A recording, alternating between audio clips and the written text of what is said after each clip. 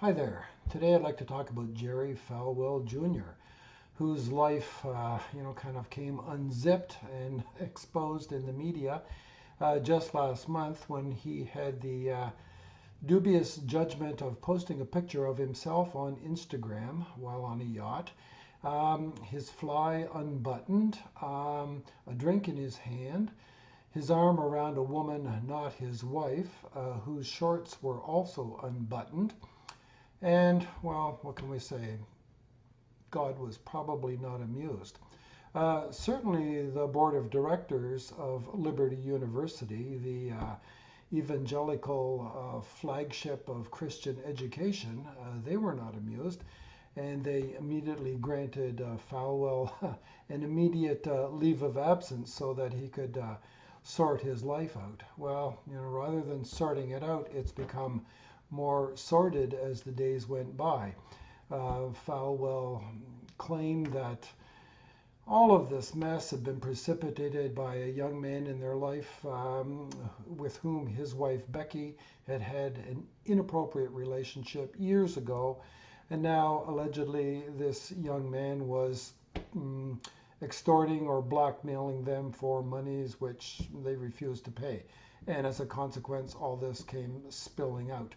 Well, spilling or oozing, I'm not sure which, but as more details emerged, turns out that the young man in question had been in their lives for many years. Becky, had a regular thing going with this fellow who was a pool boy at a hotel where they had originally met. And allegedly, Jerry Falwell had been an active witness to many of their lovemaking sessions. So this, stir the pot, this boils over pretty vigorously and is causing some evangelicals a little bit of pain and anguish, needless to say. So, we have to ask ourselves, why do such horrible things happen to such a nice Christian like Jerry Falwell? Well, for the answers to that, let's take a look at his chart. So here we see Jerry Falwell's chart. South Indian on the left with my talking head, and North Indian on the right, to which I will largely refer. So note first that Falwell has a Sagittarius ascendant. Now, the dual signs rising, and therefore dual signs on the seventh house, often create a dynamic wherein, relationship can be problematic. Duality creates ambivalence, indecision, options, multiple choices. And so it can be the signature for someone who struggles with, the typical monogamy of relationships. So in Falwell's chart, let's take note of the seventh house in particular. So there we have the sun. It's a malefic. That is not problematic in itself. It's ordinary. It is stabilized by the aspect of Jupiter. All well and good. But the Lord of the seventh, Gemini, is Mercury. Mercury has gone to the sixth house. Note that it is retrograde, therefore bright, and therefore deemed more powerful than usual. And in this context, more powerful to cause harm because the seventh Lord has gone to the sixth house. So, further note that Mercury is flanked by malefics, Mars on the one hand, Sun on the other. Nothing else much going on with that. In any exploration of relationships, we're also going to look at the Karaka for relationship, which is, of course, Venus. Now, there we do encounter some problems. Venus is here placed in the eighth house, ordinary by sign, but it's under duress from every malefic, well, almost every. The sun is not in play here, but it is associated with Rahu. It is aspected by a powerful Mars from its own sign. It is also aspected by a powerful Saturn in its own sign, made doubly powerful by the fact that it's retrograde, therefore bright. So this Venus is under significant duress, and as a significator for relationship, this implies, some degree of controversy at the best, scandal at the worst. At its root may lie some form of, sexual addiction, obsession. Those are strong words. Maybe only just, quirky, adventurous, non-typical love life or sexual interests. And that's all well and good. And I don't think anybody has the right to criticize a man or a woman for what they do in their private bedrooms. The irony of all of this is that Jerry Falwell Jr., as president of Liberty University, has, is the point man for, a religious/educational organization that demands of students and faculty that they maintain a certain, moral code around relationships, within and without marriage, monogamy and abstinence, respectively. And yet he has a history of having, engaged in a lot of sex talk with co-workers, shown pictures of his wife in compromising positions with unidentified young men, and all of this now makes sense in terms of identities. But there you have it. So it's all a little bit outrageous, as seen against the context of pure as driven snow Christian evangelicals. I mean, therein lies the hypocrisy of all this. Anyway, back to his chart. Venus on the Rahu Ketu axis, does, we can use the term, poison relationships to a certain degree, and all this gets very murky. Now, he happens to be in Rahu Dasha, and of course, Rahu, absorbs the influence of every planet with which it comes in contact. Now, in this case, Rahu is associated with Venus, and, as a karaka for relationships and sexuality, it brings that to bear. Rahu is aspected by both Mars and Saturn, the two malefics. And when we get these combinations of Moon and or Venus on one side with Mars and or Saturn on the other side, you get sort of a generic combination for sexual activity, passion of some sort. Now, Moon is out of play in this particular chart, but Venus is, really mixed up in it. We can call it a ménage à trois, because that's exactly what this is. Venus with Rahu, aspected by Mars and Saturn. So it's pretty potent. Rahu also invokes, during its dasha, its Rashi dispositor, which in this case is the Moon. Now, the Moon is a powerful planet in Falwell's chart. It is full. Look at this. I mean, it's almost to the degree full. But as Lord of the 8th house, it brings with it, yes, charisma, yes, personal power, if you like, certain magnetism, oratorical abilities, persuasive speech and behavior, charismatic, enigmatic figure. But also because of the 8th house, you get certain murkiness come forward as well too. Addictions, obsessions, scandal, shadowy behavior of some sort.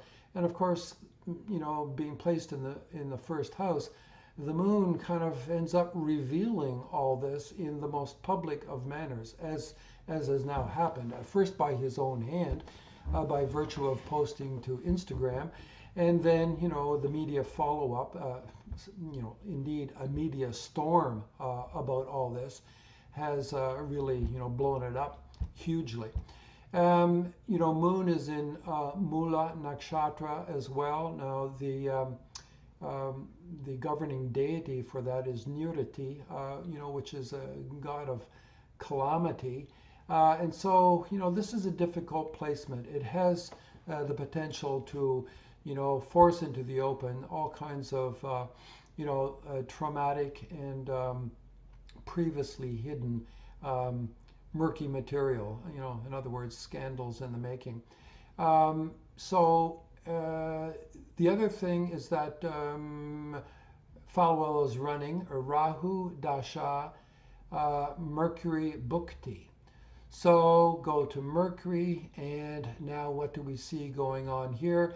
Well, of course, Mercury acts on its own behalf, and as Lord of the 7th and as Lord of the 10th, now gone to a Dushtana, it is problematic because it has the power, especially for relationships, to erode that to some degree. Now, his marriage may not suffer because his wife was, a partner in crime. Certainly, his relationships with others, professional relationships in the world. I mean, he was a big spokesperson for Trump, for the NRA, for the right-wing Christian evangelical movement in American politics. All of that may have soured to some degree. Certainly with respect to his status in the public domain, that will have suffered as well too. He did get a huge buyout from Liberty University since he's been subsequently dismissed. We'll see whether he gets to keep all that. Certainly his social circle will suffer, and going forward, his income may suffer further. Mercury also evokes results on behalf of its nakshatra lord as well too. So you see the range here, anything between 10 and 2320 of an earth sign is a moon nakshatra. So Mercury in its bhukti will also bring forward the results for the moon. So here's an interesting thing. Both the Dasha Lord Rahu and the bhukti Lord Mercury bring forth, for various reasons. One is a Rashi dispositor, and the other one is a Nakshatra dispositor. The moon comes to the fore, and of course, because it's the Lord of the 8th, and it's in a pivotal place, a full moon in the ascendant, it has this potential to really blow things up.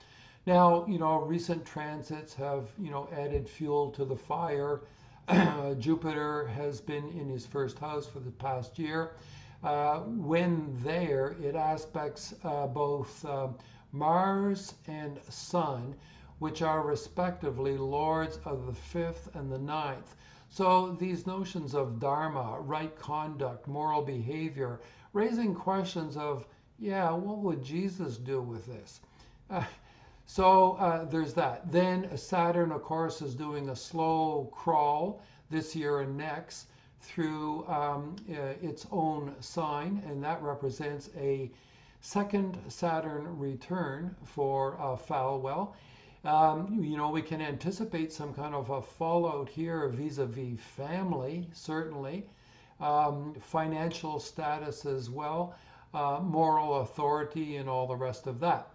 Now, all of this was triggered seemingly by the solar eclipse that happened just weeks earlier. A solar eclipse that occurred right around 3 degrees Gemini, practically bang on his natal sun. And of course, the transiting node came along and touched upon that just while the scandal was, gaining traction in the media. So a combination of things. Certainly the Saturn Bhukti sequence of Rahu, Mercury invoking this 8th Lord Moon was a huge factor. Always represents stage setting for whatever happens. And then, Jupiter passing through the 1st and Saturn passing through the 2nd, and the eclipse. The eclipse on this degree, around 3 degrees, notice that it strikes the sun, it strikes the moon, and it is not far off the ascendant. So it's kind of like a trifecta of ecliptic effect. And eclipses, usually knock a person off their pedestal and, can create significant problems. Okay, so that's it for chart details. Okay, so I hope that gave you a flavor of what you can do with a proper application of Jyotish principles in the analysis of a natal chart. I don't have the time or space to go into it further here, but if you go to my website, which you see here in the upper left-hand corner, navamsha.com, you'll find an article that I posted on Falwell a couple of weeks ago when this story first broke. And there I will, I go into, a little bit more of a detailed discussion, both about the Rashi chart, but also about the Navamsha chart, which bears upon the ramifications for, relationships in general, marriage specifically. And talk about a few other things. There may be some pending health issues for him as well too. And I sort of touch upon that briefly in the article. So thanks for watching. Please subscribe to my channel. There will be many more of these. Bye for now.